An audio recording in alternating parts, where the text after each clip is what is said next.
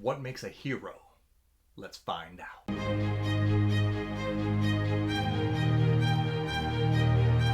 Be more than human. Welcome back to the channel. My name is Joseph Carroll. I write under the pen name J.R. Carroll. And today we are here to discuss what makes a great hero. Now, before we jump into that, let's preface this by saying everybody has their own tastes, so yours may vary, but this is what I feel like makes a great hero that most everyone can enjoy. Am I a hero?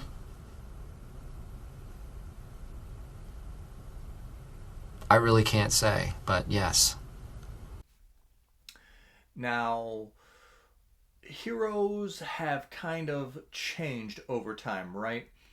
In early fantasy, they were knights, wizards, and most of them really didn't have flaws. It was good and evil. There wasn't a lot of nuance to the villains or the heroes. Now again, that's not true of every story, but as we know, in old school fantasy, that seemed to be. Now, in modern fantasy, we are looking at a lot of morally gray characters on both sides. So we're going to focus on modern day heroes and what makes them amazing. First and foremost, you got to be relatable, right?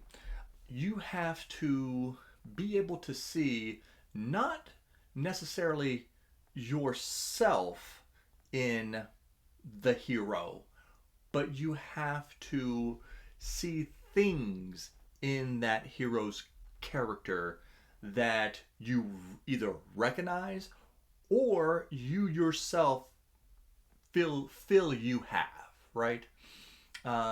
Because a lot of us, we want to be heroes, especially guys.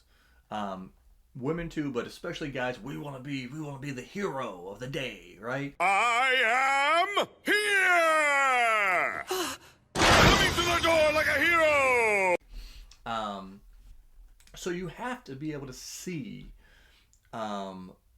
qualities within that hero that you either you have or your friends have or you perceive that you have, and that will draw you closer into that character because you're like, okay, yeah, that I see that, I can relate to that. Or you have to put that hero in situations that are similar to everyday people. You either have to have them fighting with their wife or their girlfriend, or having trouble with their mothers and fathers or friends. You have to put them in situations, even if they are this crazy powerful, entity. You have to put them in situations that humanize them. Now, the second one is you have to make them believable. Allow me to put on my skepticals. Whoop! Now, again, sometimes we deal with super powerful beings, but within the context of the universe that you have set up as an author, you have to make that character believable in that universe. It will throw readers completely off if everybody is a certain way in the world and the world is a certain way, and then you just interject your hero and the hero has no relatability to anybody in there, just sticks out like a sore thumb in the world. You can have characters that go to a new city and they don't fit in the city, but if they don't fit in the world that has been built, that is going to bring readers completely out of it, myself included. Now, again, as we go through this, guys, let me know if these don't bother you. If certain kinds of things don't bother you, let me know in the comments. All right? Now let's go on to the next one. Your character has to be flawed. Well, excuse me for having enormous flaws that I don't work on! Now, this is a big thing of contention between a lot of people. And actually, I won't say that. I will say most people agree with my point of view. Your character has to be flawed. There are some people who want to jump up and be like, well, no, they don't actually have to be. They, if you write, like, even a well-written, perfect character is not going to land with most people. Because, again, that's going to take out relatability. That's going to eat into believability. Nobody likes a purely Mary Sue or Gary Sue. There are examples of where it works, and sometimes in movies it can work because they're short, right? An hour and a half, 2 hours, and it's done. It's like, okay, I can hold off for an hour and a half. It still, to me, won't be as good as it can be, but maybe you can pull that off, in a hour and a half movie. But are you going to be able to pull that off in a book that takes 10 hours to read? Or hell, some of these giant books, it can take you all week to read. I definitely flaws built into the character because we are flawed. And especially if you give them a flaw that a lot of people have, because then that will draw them to that person. Like, I can feel you, man.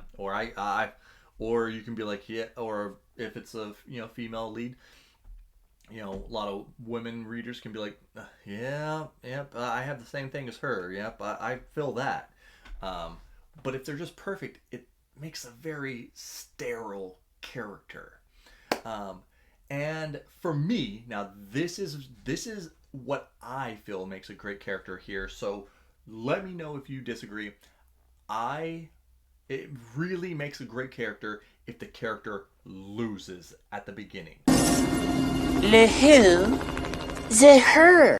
And if they lose in the middle, that's even better. If you can find interesting ways to make your characters lose, but then find a way to keep fighting and win in the end, that makes an amazing character. That makes an amazing story, because who likes a character that just can run through everybody? I mean, yeah, at the beginning of the book, you may want to show how awesome your character is, right? They can knock out these low-level pawns, but when they go up against somebody who's really tough and they get beat down, you learn that inside this world, there are levels to this game. And maybe your character is not ready for that. And that's another reason why people love stuff like the Elder Scrolls, and they love The Witcher 3, because you can go right into a fight with a top level character and get beat down.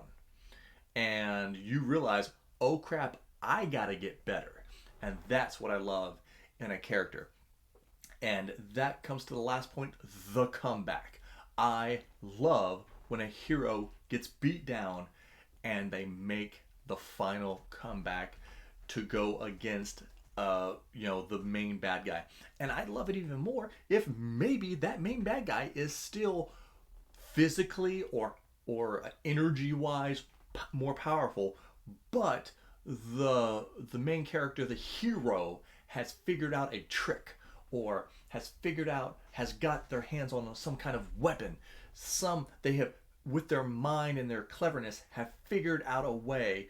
Maybe they did up their power level, but they're still not quite there. Their power level keeps them in the fight just long enough for them to use their secret weapon. That makes an amazing hero. And speaking of amazing heroes, the sequel to More Than a Vampire is out. It is out on audiobook, all formats. And I like to think that Simon embodies all the great aspects of a hero. If you haven't checked out More Than a Vampire, check it out and get your hands on More Than a God War. I appreciate everybody who's already gone out and made it a success. But Thank you all. Hit me in the comments. What makes a great hero to you? And remember, be more than human.